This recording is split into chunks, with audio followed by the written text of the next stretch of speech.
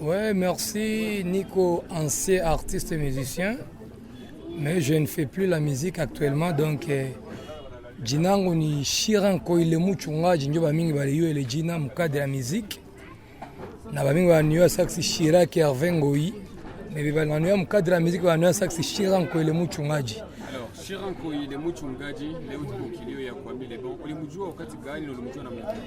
Non, Kwame Jo Lebon mie ni grand frère propre na yenye mwenye aliniinisie mu vitu ya ma musique parce que mimi nilikuwa nafuata souvent ma exemple za Kwame, sapologie, idéologie, forme, musique, aspect, donc yenye alikuwa professeur wangu mu musique na kuvala voilà quoi. Alors ni souvenir gani uko nayo na Kwame?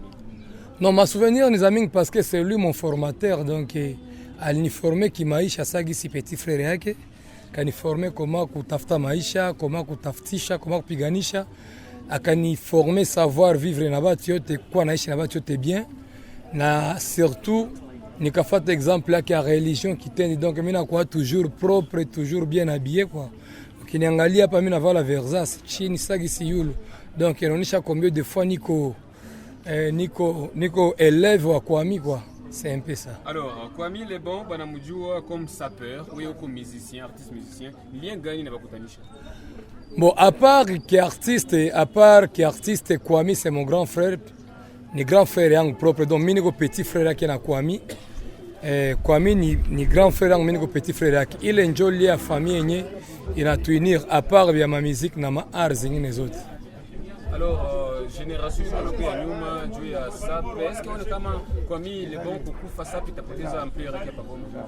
Non, SAP haizipoteza ampleur parce que Kwame Jo Lebon aliacha deja ma monument, aliacha deja ma monument, aliacha na former watu shie tuko pale religieux kitenditendelea parce que même idole wa Kwame na ilikuwa ni Papa Wemba alikufaka akacha Kwame. SAP kuishaka, voilà, SAP ngali naendelea kudumu parce que nous on est là, tuendelea kusoutenir na kuendelesha kufanya kile kenye alituforme. Donc SAP tuendelea na shimama idéologie tuendelea parce que sapologie ni religion déjà, na ni religion yenye bien que apotre anaweza kuwa haiko tena, kuko mwenye anakuwa alierite na nabakia pale. Alors kulisha sema ma souvenir na ma aki, wewe personnellement ça vile ulijua Kwame, nini njoo na kuachia ça vile souvenir mu cadre ya kazi? Ouais, souvenir ni ya mingi nishasema tena, aliniforme personnellement, aliniforme na souvenir ya mingi ni idéologie quoi. Maake savoir vivre yake aliniforme ya mingi na ndio souvenir ya Kabambe yenye mimi nabakia nayo. Alors waza kutumbua jina lako?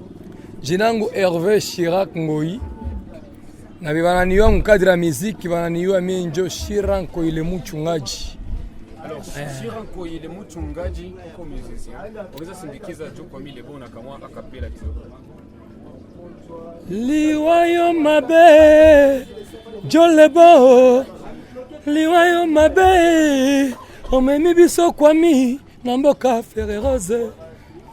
Papa ba mama bako lelaka monima de la sape ake Kwame Jo Lebon ake monima yeye Kwame shungu ake liwayo mabe. Merci. Voilà. Asante. Jambo. Unaweza jipresenter? Bon, avant tout, minasema mes condoléances à toute la famille Longange.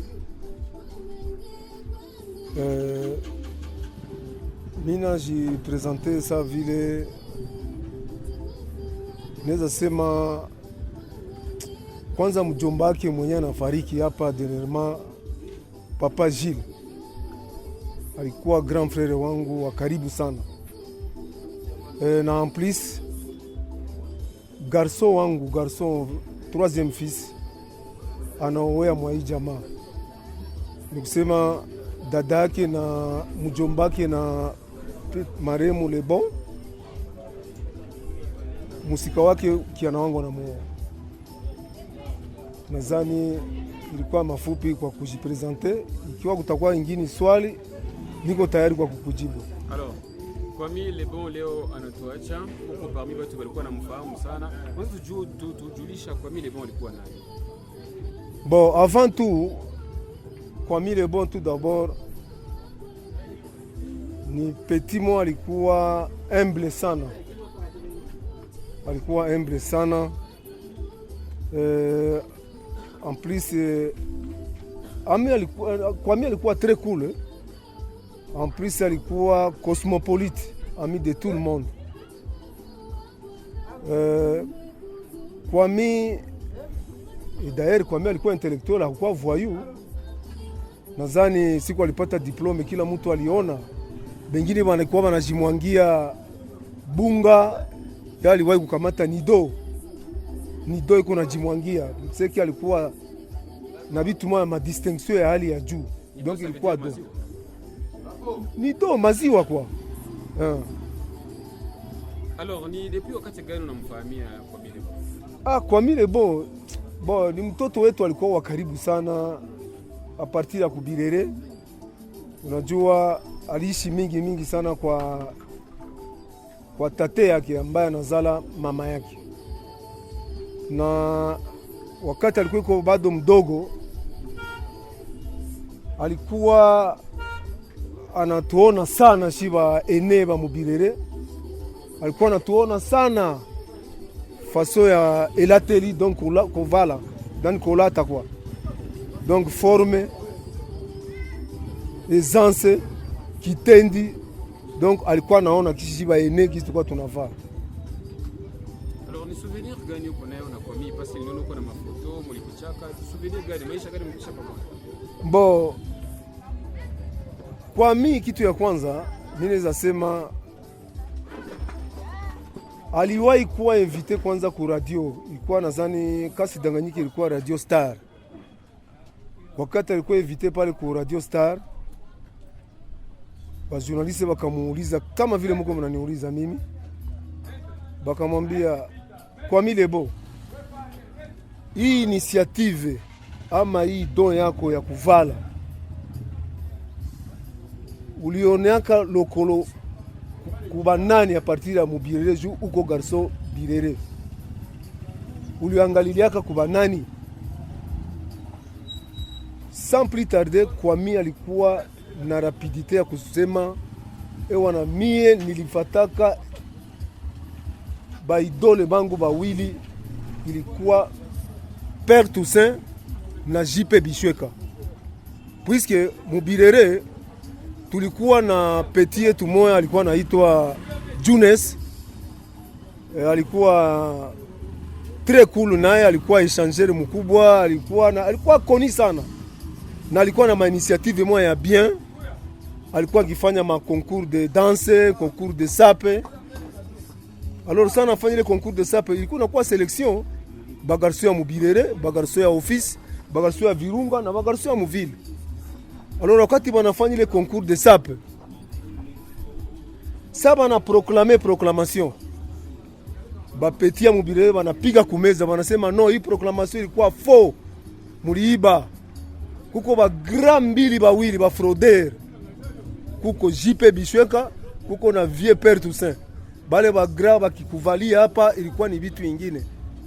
Donc ilikuwa ni forme na forme. Et c'est vrai, maneno niko nakwambia hapa petit, wakati itafika kwenye radio ama kwenye television watakwambia ke ule mzee unasema mambo ya kweli.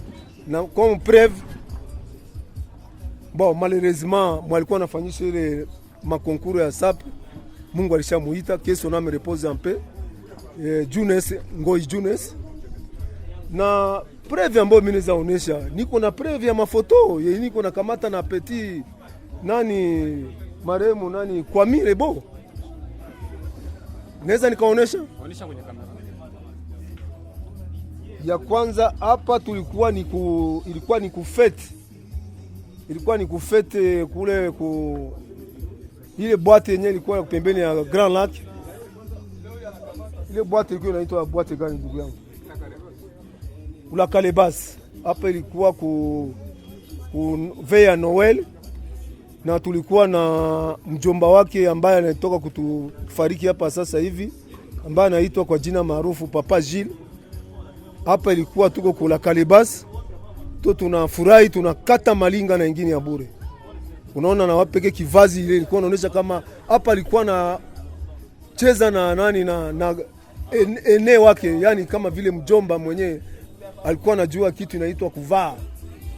Unaona ensemble nilikuwa navaa, nadhani kwira ilikuwa kila mtu alikuwa anatia kumwili yake, ukihesabia ni pesa nyingi, iko $215 zamani hiyo, $215.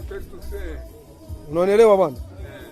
Na ingine témoignage ya ngoyo, ikiwa Petit alisema alipataka lokolo ya ba grand frère yake a partir ya Birere, et c'est vrai, c'est juste, alifataka nde lokolo ya vieux père Toussaint alifata, na akafata lokolo ya JP Bishweka alifata, juu kwa kivazi en tout cas tulikuwa tuna ukasikia kunyata, ukasikia kunyata. Donc walikuwa wanatukofondre même siku même Zaiko nani Grand Zaiko siku ilifika hapa baliwahi kutuuliza, wanasema no, eske muko bakinoa ou bien muko bakinoa? Viva la muzika memema, Papa Wemba anaingia Goma.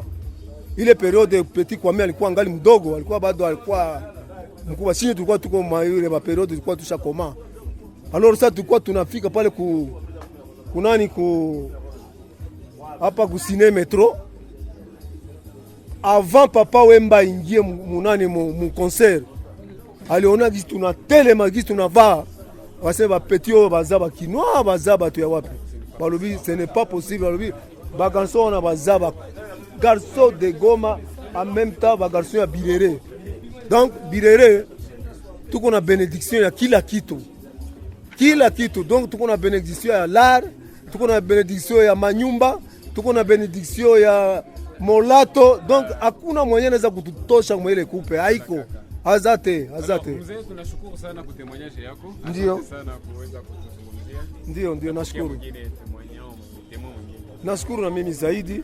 Nashukuru zaidi vraiment kuona basi ndivyo ilivyo, na mtoto kama na tutangulia huenda anaenda kutuparilia na shiko kwenye tutaingiaka. Pole sana. Iko Bonjour Mzee. Bonjour. Oza bien, tokutana na matanga ya Joe Kwamile. Bon, on peut se présenter avant tout bandana une interview. Ngai komona ngai kani arumba ya production. Ngaza producteur ya ndule. Soko yokaki ke na sala ndule na batomike bende ba quartier des As na stade orchestre liboso bimaki na pesa bangombe zangaka nya rumba. Nde yango toyokana na Kwamile lebo. Azai ko beta na bompia. Nazaki producteur tokutana na bango tomonana na ye na esprit na ye na kolata nde tomona ke tokutanaka tosepelaka toshanjaka masolo toshanjaka mpe bamakambo. Alors kani arumba ya bokutana na Kwame depuis mokonini? Kwame tokutana depuis 2004 le tozali kosala baproduction musique nde tokutana na Kwame na 2004. Alors tosalaka production ko ya musique na stade de l'unité na bengaka au quartier des As ya Bukavu atomique bende na la finance esthétique ba orchestre no sogoma ba bima beta kandule oyo orchestre ya mbobima kinde zaki ngombe zaki orchestre ya Bukavu atomique bende nde bazwaki ngombe na okonzaka eloko na ndeto ikona na master pona ko chanjaka parce que na bilele batu ba chanjaka masolo. Alors depuis 2004 kino lelo boyebana kala boyebana busa musala elongo souvenir notika nango pas souvenir comme tango ya za malade atikala ko ebisanga loko moko mwana mai mukolo na rodae nyamsa simba serke inangaite bo nyamsa za muto ebi ko latate nde babenge nyamsa moto yebi forme tendo bengeke nyamsa eza ko finga te forme ezali religion eza masolo mais eza batu moko to bana descendant ya Nyarkos ba descendant ya Nyarkos nde bako simba serkei religion kitendi servos Nyarkos to ba descendant ya Nyarkos bato ba yebi ko simba serkei ya Kwame eza bana bakolo kitendi. Et pour votre information na minuit eza défilé bana bato ba yebi forme to komona forme ko banda minuit. Oui, au tien qui offre maintenant c'est à valise, lata, au tien comment, lata.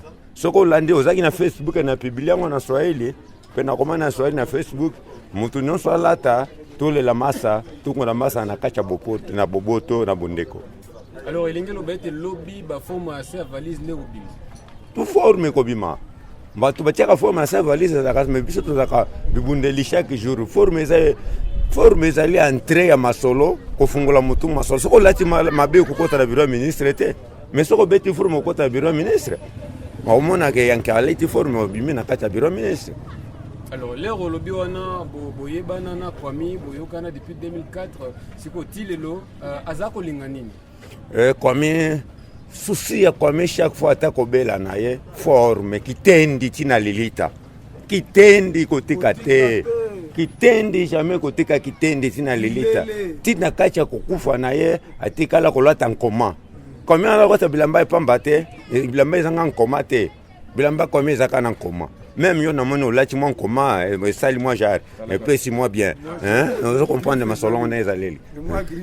Alors Kwami le bon akufi siko na mona bino na ba saper bo bungisi neni to bungisi baoba ya sap bon sap eza mbotama ya moto abotamaka eza n'importe qui te sap eza mbotama eza ngai nabengaka Goma oyo tovandi nango eza pepinière ya sape so moto ayebi masolo ya sape po sape ezaka nango tozwaka sape ezali sape ni sape na nkoma ya kufuma kumputu eza te bamaison mosusu fuma kumputu wa sape mosusu eza sape kufuma kumputu.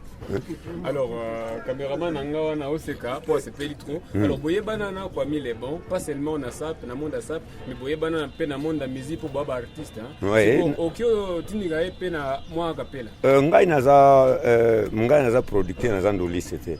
Ngai na produiraka. Naza ndoliste te na produiraka. Na producteur na benga ba musicien na ke mbongo na anje na produire ba musicien ya ngwana. Alors depuis bando produit Kwami nanu bimisa combien de chansons na studio? Kwami leur azwaki zaki souvent ezako linga ekumani fort. Azako lunga beaucoup na ndenga lunga beaucoup chaque fois azako sala azako linga beaucoup ndembe nzika beaucoup ndazako bimisa chaque fois. Malgré que tout ça qui n'a une préparation à Bimisandou, maladies n'est qu'aux joyeux. Beaucoup Wemba Joe. Alors, monsieur Kani Arumbaya, la radio La Colombe vous remercie. C'est que bien, mene teke. Bah, ça peut non sobaya minute de tobandi forme. Kolala nanda côté. Tinda forme, tinda message joana. Tobandi minuit. Forme non soe bima.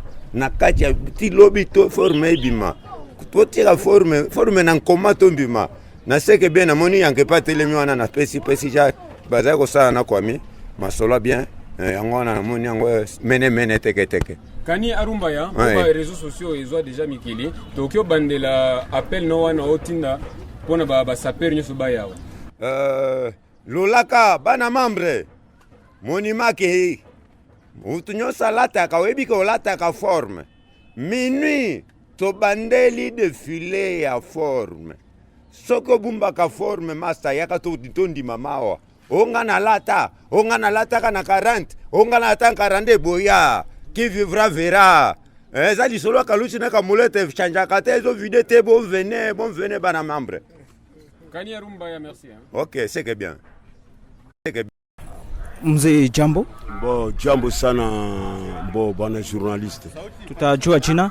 Ndio jina langu surtout kujina lenye mimi ulikana sana ndani ya vile ya Goma kwa mimi nazaliwa. Bana nijua donc wananijua kujina ya Belmondo Gome mtoto wa Birere. Le plus souvent nasemaka upende baseme Goma Tracien. Pourquoi unapendaka baseme Gome pale ya Goma Tracien? On a Goma Tracien ni ba venant.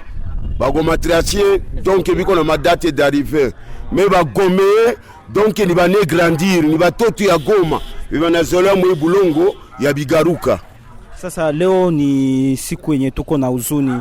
Kumekuwa un grand mwenye amekufa, une grande star wa vile ya Goma Kwami le Beau. Est-ce que ulimjua Kwami le Beau? Kwami le Beau mimi namjua na tunakomala naye dairi ni peti yangu. Na babake muloko ye John naye anapita kukufa inapita karibu masimwa mu quartier babake muloko na Kwami aliwahi kuikala pale kwa babake muloko mwa avenue Ruzizi. Kwami alikala pale na feri kwanza pale ndio alikomalia mbele aende kwa mnani kwa dadake nani mu majengo alikomalia kwa babake mdogo munani mubirere muruzizi na wabaki mdogo anaacha nyumba pale ya 2 etage ya mabriki ya briki kwiti mle ndani mubirere. Unaona bo Kwami iko mtoto wa Goma bo, na kama Kwami ba mingi banamuyua kujina ya nani ya Kwami ndio bo, donc alikuwa vedette tunaweza muita vedette muvile ya Goma. Jo aliwahi kupata diplome yake kwa Instigo, akawahi kufanya festival yake carnaval yake muvile ya Goma, niko yule ya nani ya charrette. Unaona Kwami ni Gomea, haiko Goma 3 mais ni Gomea. Bona ni mtoto wa Goma, mimi na mamake na Kwami, na yeye babake na Kwami, na yeye bandugu yake, na yeye na dadake kwenye aliamiko majengo. Bona nikizani ndio kwenye alikufia, lakini Birere yote itenda kule kukilio. Jina yake eske alikuwa na jina nyingine apare ya Kwami? Alikuwa na jina nyingine? Ndiyo mbo, Kwami alikuwa na jina ya Kirega yenye alikomala nayo. Inanipita mwakili, mimi nisa kwa kama Mulonda kama nani, mimi nanipita mwakili. Unaona alikuwa na jina yake, jina ya Kwami ni wanakia muite senye ana evolue donc anakuwa star. Mimi kuna jina yake ya Kirega. Sasa tuambie bien, Kwami alikuwa anafanya nini réellement maisha yake? Juu watu wanasema alikuwa nini ndio alikuwa kazi yake? Bo Kwami kazi yake ya kwanza alikuwa iko nasoma mbele apate diplome, alikuwa échangeur kwa Instigo. Ndio kazi yake ni donc yenye alievolue ndani a partir ya Mobutu. Kwami alikuwa échangeur. Kama alikuwa kujisha manguo pale kwa Instigo, mastile ni nyuma, mais kazi yake ya kwanza alikuwa échangeur. Alikuwa échangeur, mbe alipata diplome ni kwa échangeur. Ba alikuwa nduliste ni nyuma, lakini mais kazi yake ya lar alikuwa échangeur. Pima tuambia aussi mastile zake. Unawaza Kwami alikuwa anaimite nani mu mastile zake? Ba Kwami alikuwa nani alikuwa anaimite ni Papa Wemba Shungu Embaji. Papa Wemba Shungu Embaji jo mwenye Kwami alikuwa anaimite Kinyata. Sasa tuambie stile za Kwami. Wanatuambia kama alifika hata siku moja aliwahi vala makayabo, aliwahi vala manguo za disons bitika. Eske ni kweli wale walikuwa? Ba unaona Kwami kwa muziki alikuwa ni imite ndio wai nani Papa Wemba. Mais kwa style alikuwa ni imite ndio Nyarukose. Nyarukose. Unaona? Nyarukose ndio mwenye Kwami alikuwa ni imite kwa style. Mais kwa muziki Sivana voix ilikuwa ni Papa Wemba. Unaona meku style alikuwa ni mitendio Nyarukose. Nyarukose. Donc kitendi kotika te alikuwa anafuata style ya Nyarukose. Unasikia? Nyarukose alikuwa premier sapeur. Tikongo di Zaire à l'époque ya Mobutu. Ndio Nyarukose ndio Kwami alikuwa ni imite. Unaona jo alikuwa anavala mastile sama anawapigia makitendi moya hivi, maserpa. Kwanzia ulu ni jakete ni serpa, kwanzia China na bapigia kuire serpa, na mokoto serpa, apuma nyoka serpa, donc anabapigia babache mikono ni serpa. Donc alikuwa ni mitenjo nani Nyarukose pamoja kula mambu. Donc jobe Kwami alikuwa anafuata ile ma system ya Banyarukose bakula mambu, Banyarka na ile China Nyarka. Donc aliemite. Unasikia mtoto wa mama. Naye muvile ya Goma, ba tulikuwa na bawili. Tulikuwa na Kwami, na tulikuwa na mwingine garçon mwa hivi nanisha nipita mjina na alikuwa wa Brazan. Na alikuwa anatengeneza. Kwanza ndio alikuwa anatengenezea Kwami ile mastile, ile masintiri ya manyoka, majaketi ya manyoka, na John. Unaona? Balikuwa bawili muvile ya Goma, kulikuwa Kwami na John. Unaona ule John alikuwa mtoto wa Virunga, epoke tulikuwa ni Brazan. Unaona? Bo na kama Kwami anatuacha bo sarive sio wote tutakufaga, lakini bo anakufa mbio na ngali peti. Unawaza eske Kwami aliwahi kuformer watu wenye tutasema batamurepresenter après kwenda? Bo Kwami ndio bakitendisi biko mingi mvili ya Goma. Unaona Kwami alikuwa na group yake mingi sana batoto ya nani ya Virunga ya ofisi donc ekiriko trop Donc benye balimite kwa mi biko trop. Hata na mimi unaniona hivi na mimi nikajituma mkitendi na mimi napiga kitendi. Uliza hata batoto ya Goma to unaniona hivi. Nikalota tu kitendi mimi la mukana mimi na sape. Unasikia donc tuko ba frère donc tuko ba trop muvile ya Goma. Bona kama kwa mimi anakufa ba kwa mimi biko ebele muvile ya Goma. Unasikia mwana mai. Ba kwa mimi biko mingi muvile ya Goma. Kwa mwisho utapima tuelezea utesi tupatie mpe historique kwa mi alicheza mu orchestre gani na gani au juste. Bon, unayua kwa mi à l'époque yetu tunakomala, bon mie nilikuwa napiga mukarina muzika. Kwa mi alikuwa anapiga mu stiletto muzika. Akatoka mu stiletto muzika akapiga mabanga muzika.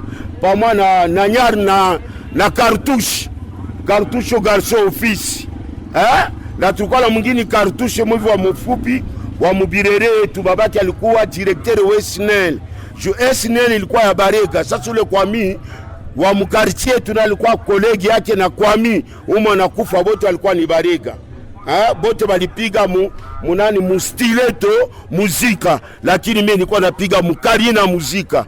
Mie na ba Defao na ba Johnny Kester, ba Pecos, ba nani ba Ezekiel, ba Muteba leo anatumika kuane, sie tulipiga mukarina muzika. Na president wetu wa karina muzika ilikuwa Sholai, ilikuwa Bubwa, u chauffeur wa nani wa Monisco. Lakini kwa mi cartouche orchestre yabo ya kwanza ilikuwa mabanga muzika, bakatoko mabanga muzika bakengia stiletto muzika. Na stiletto muzika ndio ilikuwa kariere yake ya mwisho. Unasikia mwana mai? Kwa mi mzee tunakushukuru kwa mimi ameenda, tunakushukuru na pole tena sana. Bon, na mimi napatia bagome. Donc benye balianza generation na kwa mi batoto ya ofisi, batoto ya Braza, batoto ya Majengo na bamingi leo bale nani bangali. Na mimi naambia petit modogo angali leo anikalaga ku office de route, nyuma office de route balimba na kwa mi angali vivant. Mimi namsalimia na mimi nasalimia banduliste yote balipiga na kwa mi balipiga naye Kiungulu muvile ya Goma. Na mimi nasalimia batoto ya Birere, batoto ya ofisi mpaka 18 quartier mpaka Mugunga. Bwana journaliste, mimi nabapa pole na familia ya kwa mimi nabapatia pole ya Birere pale Kuruzizi kwa babake Mulokolo mwenye alituacha leo. Unasikia kwa mimi anakufa, mimi kunapita karibu 3 mois 4 mois babake Mulokolo anakufa. Kwake ni pale Kuberere chini ya kanisa Ruzizi, iko na nyumba ya briki kuiti ya etage. Nabo na bapa pole, na kama kwa mimi anatuacha basi sio wote ndio njia yetu. Unasikia bwana journalist? Merci beaucoup. Okay. Jambo sana. Unaweza kujitambulisha? Bon, mimi ni Toms. Anaitwa kwa jina la Toms Kilanyi. Alors, bwana Toms, leo tunakutana hapa kukilio ya Joe Kwami Le Bon. Ulimjua namna gani? Bon, Kwami Le Bon mimi nilijuana naye depuis 3e primaire. Donc iko rafiki yangu depuis 3e primaire kwa Mpaigo. Alors, depuis 3e primaire, Kwami Joe Le Bon kwa masomo alikuwa mtu wa namna gani? Vraiment nataka kuambia Kwami Joe Le Bon kwa kujuana naye ilikuwa ni jua sagesse. Ni mtu alikuwa apende fujo na watu. Mtu mwenyewe alikuwa na kama fujo kwa mtu mwingine anapenda ile fujo ishe. Ndio nilijuana na rafiki yangu mimi kanjia pale. Na sana alikuwa jina yake ile Kwami. Donc alikuwa majina yake na vie yangu. Kwami Mujos alikuwa musicien wa Africa Fiesta. Ndio kwenye sababu rafiki kakamatia sana mimi naye. Ile kujuana sana, bo. Hakuna kwa banijue. Donc kwetu na kwabo bana kama kwa mimi mtoto wa kwetu na bana kama na mimi niko mtoto wa kwabo. Urafiki wetu kaendelea. Ile sape kama unasikia sape tulikuwa mie naye tu hapa Goma. Tulikuwa mie naye. Donc bon, sina mingi ya kusema, beba ananiambia bana kama rafiki yake na kwa mimi ni nani. Mimi nilikuwa échangeur hapa kutoka Virunga na kaenda ku Instigo. Wala tukaevolue hivi. Mais ça sap tunaingia msape ali. Kisha tena tunaingia mkazi. ndio kuziburafikia tumie naye. Alors depuis primaire unasoma na Kwami, avant kuwa Kwami, unajua nini mlipatia yake jina ya Kwami na avant alikuwa kana? Yeye bo jina yake ya kumasomo ilikuwa Longange. Jina yake ya kumasomo ilikuwa Longange. Ile ya Kwami na yeye alipenda SAP depuis butoto. Parce que mimi kwa nilimwambia kwamba wanapenda SAP sana. Kaniambia no, bwana. Oncle anakuwa tailleur. Sasa oncle anapendaka ndio mwenye alimutia mwele ideologie ya SAP. Naona ile yenyewe anakuwa anampatia nguo avale njo akapenda SAP vile. Ndio yenyewe mimi nilijua ndani. Mais yote vraiment tulimarche mimi naye tu normal. Alors depuis mko pamoja mnafanya SAP, leo wewe ungali SAPer. Ni souvenir gani unabakia naye par rapport na SAP? Bon, souvenir yenyewe mimi nabakia nayo parce que tulikuwa tunapanga naye. Alikuwa realize. Parce que tulikuwa naona watu leo SAP kwa sababu wanatafuta kuitupilia. Naona na ile kuitupilia tulikuwa nasema keno tunaweza fanya concours ya SAP pour que ile idéologie bakie tu. Ndio mauvais souvenir mimi nabakia nao parce que hatukurealize ile yenyewe tulikuwa napanga naye. Alors SAP, ça veut dire société des ambianceurs et des personnes élégantes. Inakuwa vu hapa mjini kama ça veut dire folie pour certaines personnes. Nini ndio mtendelea kufanya après passage ya Kwami le bon? Ndio muonesha kama SAP iko folie mais c'est un peu. Bon, on a SAP iko folie. SAP ni kitu yenyewe kwanza ni mtu mwenyewe anapasha kuwa respecté devant tout le monde. Saper ni mtu mwenyewe anaingia fasi, kila mtu anaona kama mtu abia anaingia. Sapere kusema kama ukunye pombe, sapere kusema keno ukuwa mtu mwenyewe uko na reputation mbaya devant batu. Sapere ni mtu anapasha kuwa kila mtu anamuona anasikia roho yake inafurahi. Ndio yenyewe mimi nasema kama jeunesse ya leo ipime kuangalia juu ile. Baya kama sapere anapasha mfurahia partout kwenye anaingia. Alors en qualité de sapeur, détailler ma bite une fois la parler en tant que sapeur comme ça caméra yetu iko kunaona. Bo hii ya kuko haiko hii ni Versas parce que mwanaweza pima kuverify. Bon. Hii yo peko na yua. Iko mina bala simple si vale kitu ya grave. Iko polo ya États-Unis. Hii iko kechi ya Coca-Cola. Na chapeau iko Coca-Cola. Mais si vale grave, mina voilà tout simple. Mina kia kukilio. Kilio menikutana niko Bukavu hivi nimekia leo usiku ndio mimi nakia sasa hapa. Alors SAP est-ce que ni kazi wala on peut prendre ça comment? Est-ce que ni kazi? Bon, SAP ni kazi na hakuna kitu kama kwa mimi leo alikuwa kusema kama ile wakati yote nikizana nilifika fasi yake ya kazi. Ilikuwa ni SAP tu. Ndio kwa ile ideologie ya SAP na ndio ilikuwa naacha na jiretrouver. SAP ni kazi. Mais ne fiski huko kwenye tuko batu mingi baika kama SAP ni kazi. Baanza kukamata ende fanya nini ku boutique? Bakile bana kuya juu bana kama wewe huko ile yenyewe uko na ujisha ni kitu yenyewe unaimetrize. SAP iko kazi. Alors, tunakushukuru, unaweza tukumbusha tena jina lako? Mimi jina langu anaitwa kwa jina la Toms. Kwa bananita. Bwana Toms, asante. Asante nashukuru. Monsieur le journaliste. Oui, je réponds au nom de Christian Lokeka Wamukobelwa.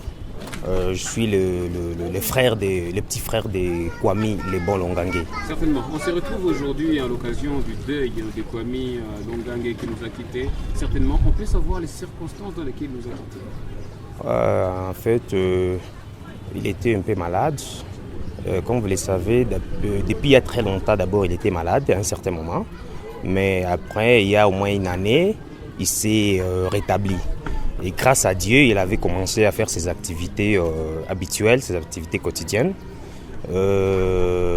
C'est depuis la semaine, depuis le lundi, qu'il a commencé à sentir quelques malaises. Mais il était à la prière, à la messe, là où, chez Crisco. Il était à la prière du mardi. Alors vraiment ça a été étonnant pour moi d'écouter qu'il nous a quittés parce que je sentais et je connaissais bien qu'il était toujours en forme, il était en bonne santé, en parfaite santé. Et ce que je savais, qu'il était seulement malade depuis il y a un an. Mais pour le moment, il était vraiment en très bonne santé. Pour toute star, comme pour toute star, il y a des rumeurs qui courent, hein, comme quoi Kwame Lebon est décédé du sida. Est-ce que vous pouvez confirmer ça comme version de la famille? En tout cas, à ce que je sache, mon grand frère n'était pas décédé du sida. Il était décédé vraiment, d'ailleurs il était en parfaite santé, comme je vous l'avais dit. En tout cas, ce qui est là, les choses du sida, moi, je n'en disconviens pas. Parce que d'ailleurs nous avons vécu avec lui ici à la maison pendant il y a très longtemps.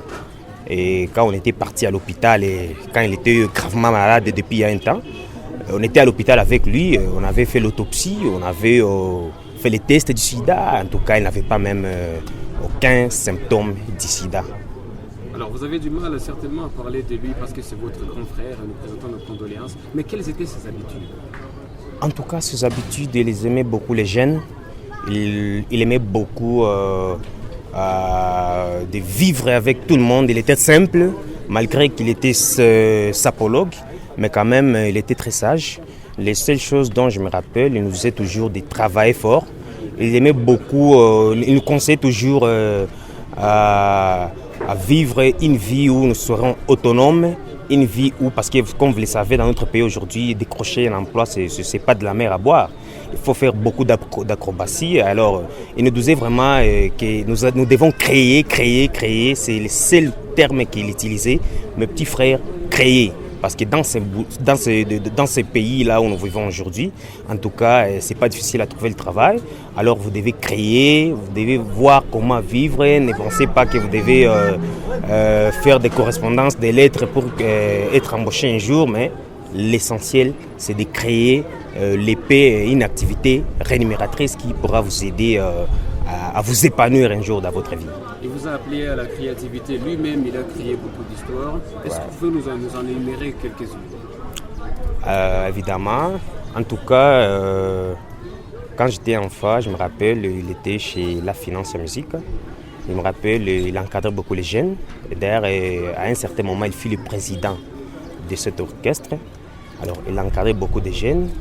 Il encadrait beaucoup de gens dans l'habillement, surtout. De même, comme certains musiciens comme Serge Kibombo, quand il voulait jouer à ce clip, il avait surtout beaucoup besoin de messieurs Kwame Lebon pour qu'il ait un peu de donner au moins de la couleur dans ses clips, les modes et consorts. En tout cas, c'est ce que je sais vraiment. Il a beaucoup orienté les gens, surtout les musiciens, comme lui, parce qu'il fut aussi musicien. Mais à nous, ses petits frères, il nous orientait toujours à créer nos petites entreprises. Donc c'est un peu ça. Alors, il est votre familier, certainement il vient de décéder. C'est quoi la perte que vous avez, vous, la famille? Comment est-ce que vous l'exprimez? En tout cas, c'est un grand baobab qui vient de nous quitter. Un grand baobab, parce qu'avec sa sagesse, avec ses conseils, vraiment, nous n'espérons plus encore trouver quelqu'un d'autre qui pourra nous donner ces petits conseils, mais la famille est grande. Nous avons d'autres frères. Peut-être qu'eux aussi pourront être comme lui, comme il nous prodiguait des conseils. En tout cas, c'était bon. En tout cas, c'est un grand baobab qui vient de nous quitter. C'est une perte. Vraiment, je ne sais pas comment exprimer mes mots. À ce que je sache vraiment, il est tout pour moi. Un bon conseiller, un homme sage. C'est un peu ça. Ok. On m'appelle Paul Mukobelwa, professeur au niveau supérieur, même dans quelques institutions, disons, école secondaire de la place de la ville de Goma ici. Et je suis père de beaucoup d'élèves, entre autres, une journaliste, Lutonde Mukobelwa Nick. J'ai beaucoup d'enfants que je garde, que j'ai mis au monde. À part ces enfants, il y a d'autres, des enfants des familiers et d'autres. Parmi ces enfants, il y a aussi des personnes très connues dans la ville de Goma. Merci. On est aujourd'hui réunis à l'occasion du Day de M. Kwame Lebon. Qui était-il? Kwame Lebon, c'est mon enfant. Je peux dire mon enfant parce que Kwame Lebon a vu les jours chez nous. Il est parti aux études Il a commencé ses études au niveau de l'extérieur, l'école primaire. Il n'a pas fini, il est rentré à Goma. Après l'école primaire, sa maman était morte. Moi, je suis son oncle maternel. Nous l'avons récupéré jusqu'à ce qu'il est parti même faire l'école secondaire. En bref, je suis son oncle, mais moi je l'appelle mon enfant. C'est mon fils aîné. Mon fils aîné parce que je l'ai gardé, je l'ai soutenu sur le plan des études. Alors, votre fils aîné, vous l'avez connu certainement. Quelles étaient ses habitudes? Ses habitudes, c'est un petit, il avait l'habitude de se débrouiller. De toutes les façons, comme il est bon, n'a pas fait beaucoup d'études. Il s'est limité au niveau des humanités, donc il a trouvé son diplôme et il avait l'esprit d'entrepreneuriat. C'est comme s'il est né avec, c'est vraiment inné chez lui. Il s'est débrouillé. Il n'est pas seul. Ils sont à deux. Il y a sa grande sœur qui nous avait quittés depuis très longtemps. En tout cas, ces enfants ont l'esprit d'entrepreneuriat. Ils n'ont pas appris cela à l'école, mais c'est inné, c'est venu de leurs parents. Il s'est débrouillé, ce petit-là, et de tout ce qu'il a fait. Il a maintenant embrassé la carrière d'échangeur de monnaie. Et avant cela, il a créé des groupes. Il encadrait des jeunes pour la musique. Et lui-même faisait tout pour vêtir ses musiciens. Et il a commencé maintenant à être comme un modéliste pour beaucoup de commerçants de la place qui vendaient des habits dans la ville. Même ceux du Rwanda, même ceux de Kinshasa venaient ici pour l'appeler, le prendre comme un mannequin. Il a vécu certainement à Goma. Quel genre de personnes il aimait côtoyer? Kwame Lebon aimait côtoyer surtout le musicien qu'on appelle l'endouliste. Les musiciens qu'on appelle l'endouliste. Et beaucoup de musiciens, quand ils arrivaient à Goma, parce qu'ils savaient très bien qu'à Goma, il y a quand même quelqu'un qui fait la fierté de la ville, il faisait appel à Kwame. Donc il était ami des ndoulistes, des musiciens et des joueurs. À part la musique, Kwame joue au foot. Hein. C'est un bon joueur de football, c'est Kwame, ces garçons-là. Voilà, donc il côtoyait les musiciens et les joueurs. Alors, c'est quoi l'image qui reste avec la ville de Goma en rapport avec Kwame? L'image qui reste avec la ville de Goma, vous êtes des témoins, vous-même, vous êtes des témoins oculaires. Kwame Lebon, la ville de Goma n'a jamais eu un sapeur de ce niveau. Pas seulement la ville de Goma, moi je parle surtout de la province du Nord Kivu. On peut même parler de l'ex-Kivu. Il est l'unique. On n'a jamais eu deux, il vient de partir et je ne sais pas si on aura un autre sapeur comme Kwame Joe Lebo. En tout cas, je ne sais pas, je doute. Peut-être que... Je sais bien qu'il a laissé quand même un petit qui est en train de venir. Hein. Ce petit, il est derrière vous. C'est un enfant qui Kwame est en train de monter. Il est en train d'encadrer. Peut-être celui-là, si il a aussi l'esprit d'entrepreneuriat comme lui, il fera mieux que lui, je crois. En rapport avec la famille, quelle perte vous enregistrez? Bon, nous, chez nous, c'est une perte. En tout cas, c'est une perte énorme. Une perte énorme. D'abord, c'est un petit qui encadrait ses petits frères. En termes de conseils, en termes d'habillement, et lui tenait beaucoup quand il y avait l'un de ses petits frères qui refusait d'aller à l'école. C'est une perte pour la famille. Vraiment, nous regrettons beaucoup. C'est un garçon qui apprenait même aux autres les notions d'entrepreneuriat. Le fait de se prendre en charge sans pour autant compter à l'extérieur, ou ceci ou cela. Lui-même créé et gagné de l'argent parce qu'il est fille modéliste. Il faisait même habiller beaucoup de gens de la ville ici à Goma.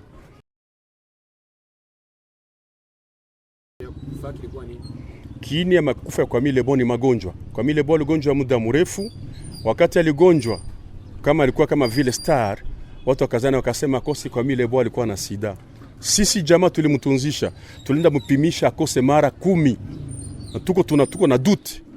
Hii jamaa inamkamata apres siku chache, wanampimisha vile na vile. Kwa kutanaka Kwame Lebon alikuwa hana sida. Hakukuwa nayo, hasa kwa mwisho tukasema akose ni ulozi. Wakaenda kumtoka kutana Kwame Lebon alikuwa na tuberculose. Ndio ilikuwa na mutesa vile ile wakati yote vile. Alors wakati Kwame Lebon alipata dawa, Kwame Lebon akarekipere.